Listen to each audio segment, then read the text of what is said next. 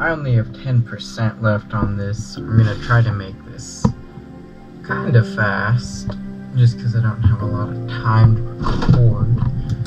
But I was thinking, well, it's easier if I show you.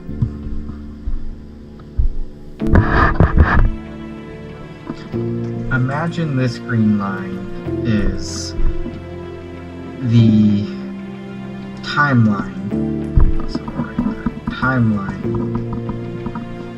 of the universe. The entire thing, the whole shebang. So it's start and it's end. Now this will not be accurate just because I don't have any numbers. But let's say we're about here. All you could do. Let's say we're about here. So let's say this is Earth time. This might be much too large, but you never know. That's the start and end of Earth there. And so, and then from the final color, maybe this red. Let's say that we are, that's purple. Let's say that we are here. That is our small sliver of life. That's it. Now, imagine with me that you could have been made here, here, or maybe on another planet you're made here. But out of all the times that you could have possibly been, you're now. And this is the one shebang, the one thing we got. So it makes me feel lucky because, you know, I could have been born, say, 500 years ago, and the world kind of sucks. You know, could just be a peasant, but I'm born in a time where I am given such opportunities like the ability to go to college and get a good job, and a chance to live a life that was happy. And then you get on thinking about, okay, I'm in this moment, I'm in these, say, if I'm lucky, 80 years, then what's around me? Because you come into this world not knowing that you're even here until you realize that there's things around you, but you don't really think about it that much until it hits you that everything around you is your perception of it.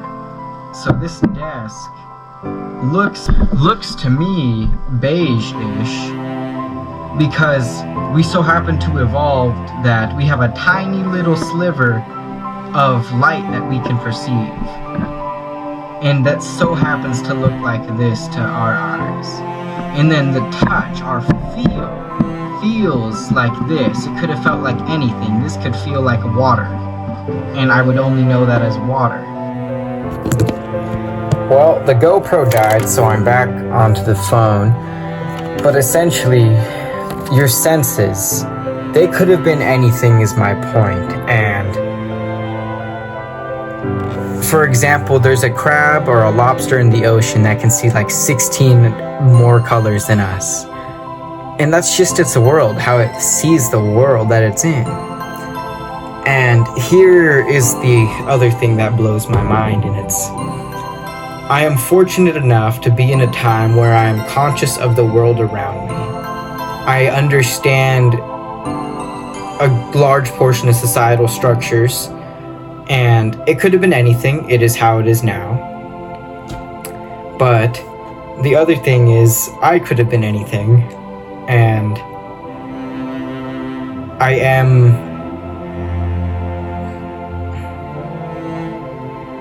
I have been given this one shot of consciousness as this being. as this human that can feel and touch and see in a human-only way.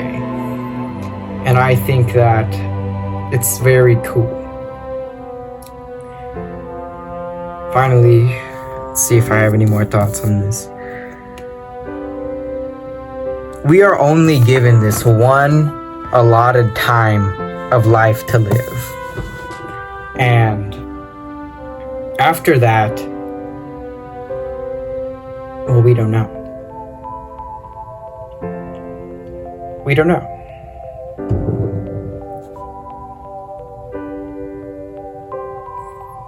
Presumably, that's it.